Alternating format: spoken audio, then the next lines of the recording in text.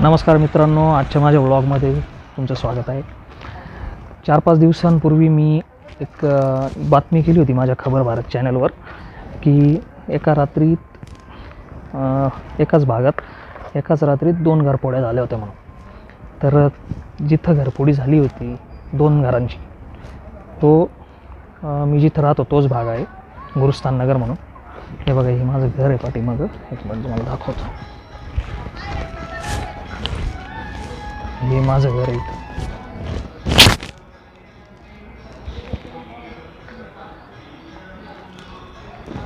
इथं मी राहतो आणि त्या चोऱ्या झाल्यानंतर आम्ही पोलीस कंप्लेंट पण केल्या। पोलीस कंप्लेंट झाल्यावर पोलीस एकदा येऊन गेले, पण कोणी काय हाती लागलं नाही। आणि कोणी हाती लागलं नसल्यामुळे चोरांचं जे आणखीच फोपावलं आणि त्यांनी रोजच इथं काही ना काही करायला सुरुवात केली।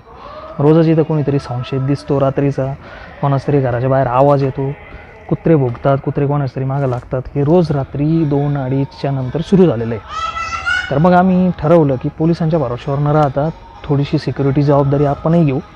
आणि त्यामुळं इथं आम्ही पूर्ण गल्लीमध्ये CCTV कॅमेरे बसवतो आहे। आता तुम्ही मागं बघू शकता, माझ्या पाठीमागं इथं काम चालू आहे CCTVचं। ही जी CCTV बसवणारी टीम इथं आलेली आहे। तर कशा पद्धतीने काम चालू आहे ते मी तुम्हाला आज दाखवतो। तर बघू आपण कशा पद्धतीने काम चालू आहे।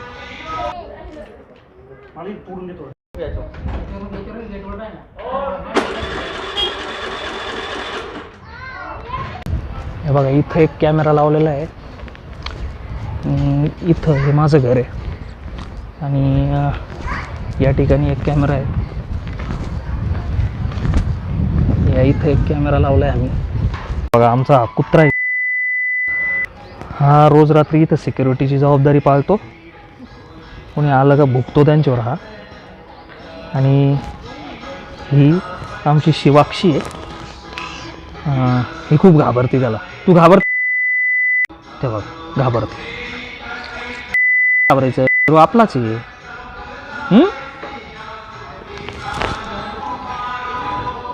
हाय कर असं, इकडे बघ शिव, इकडे बघ, हाय कर असं।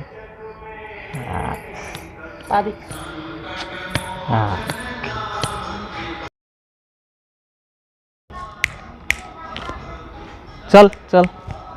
हे बघा, ही एक आमची, ही पण रात्री शेरू संघ मिळून सिक्युरिटीची जबाबदारी पार पाडते। डेंजर आहे कुत्री खूप।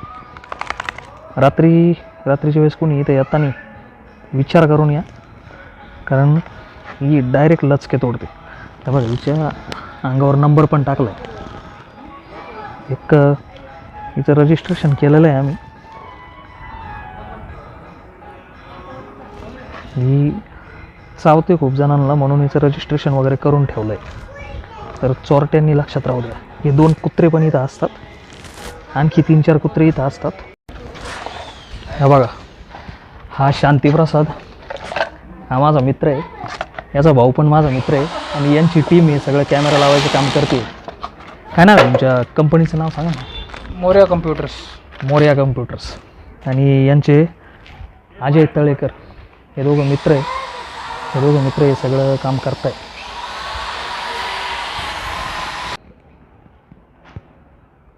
अजय, टेप द्या ना, टेप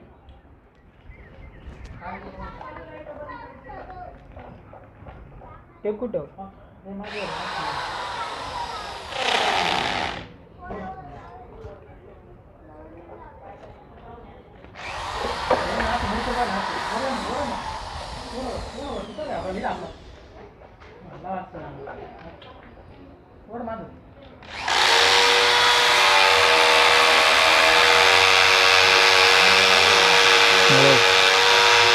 हा जेवढा पार्ट आहे ना मोबाईलमध्ये दिसतोय या कॅमेरामध्ये, तो पूर्ण पार्ट CCTVच्या सर्वेलन्समध्ये असणार। त्यामुळं चोरट्यांनो इकडे यायची हिम्मत करू नका। हा, एक मिनिट। कोणतीच जागा तुम्हाला मिळणार नाही आतमध्ये घुसायला। तर आता आम्ही जी CCTVची सर्व्हिलन्स सिस्टम बसवलेली आहे त्याच्यामध्ये मोशन डिटेक्शनचं सिस्टम आहे. रात्रीच्या वेळी थोडी जरी हालचाल झाली, कोणी जरी कॅमेरा समोर आलं तर लगेच सायरन वाजणार, बीपचा सायरन वाजला आणि आमच्यापैकी कोणी ना कोणी तर रात्री जागा असणारच आहे. त्यामुळं कोणी इथं चोरट्यांना मी सांगतोय, कोणी इथं रात्री घुसण्याचा प्रयत्न करू नका. तुम्ही कोणत्याही कोपऱ्यात जरी आले तरी तुम्ही त्या कॅमेराच्या नजरेपासून वाचू शकणार नाही आणि जर पकडले गेले तर असे भयानक फटके पडतील की परत तुम्ही चोरी करणं विसरून जाताल.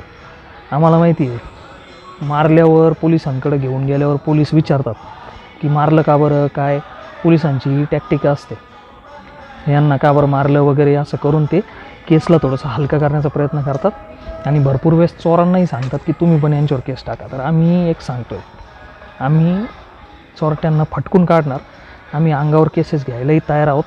आम्हाला काय कुठं नोकऱ्या वगैरे करायच्या नाही आहे, काय होईल ते बघून घेऊ कोर्टात वगैरे, पण आल्यावर इथं आम्ही तांगड्यात ओढल्याशिवाय सोडणार नाही. तर पोलिसांनाही सांगतो, तुम्ही जर इकडं आमच्या सुरक्षेची जबाबदारी घेत नसताल तर आम्हाला स्वतःच्या सुरक्षेची जबाबदारी घ्यावी लागेल आणि फटके द्यावे लागतील. उद्या फटके देऊन पोलिसांकडे आम्ही चोरांना घेऊन गेल्यावर पोलिसांनी आम्हाला विचारू नये की यांना का बरं मारलं, डायरेक्ट आमच्याकडे का नाही आणलं. कारण ज्या वेळेस भरपूर वेळेस असं होतं की चोरटे पकडले जातात आणि स्थानिक लोक त्यांना मारतात, बेदम मारहाण करतात आणि मग पोलिसांच्या ताब्यात देतात आणि पोलीस स्टेशनला गेल्यावर पोलीस म्हणतात की का बरं मारलं कशामुळं. तर आणि आपण त्यांना मारतो म्हणून पोलीस आपल्याला प्रश्न विचारतात, जर त्यांनी आपल्याला मारलं तर आपण काय करणार. त्यामुळं प्रत्येकाच्या सुरक्षेची जबाबदारी स्वतः घ्या. आत्मसंरक्षणासाठी जर कोणावर हात उचलला तर तो गुन्हा होत नाही आणि होत जरी असेल तरी अशा वेळेस केसेस अंगावर घेतल्या तरी चालतील, पण स्वसंरक्षणाची जबाबदारी आपल्याला घ्यावी लागेल. चोरट्यांना मी परत एकदा स्पष्ट सूचना देतो की इकडे घुसण्याचा प्रयत्न करू नका.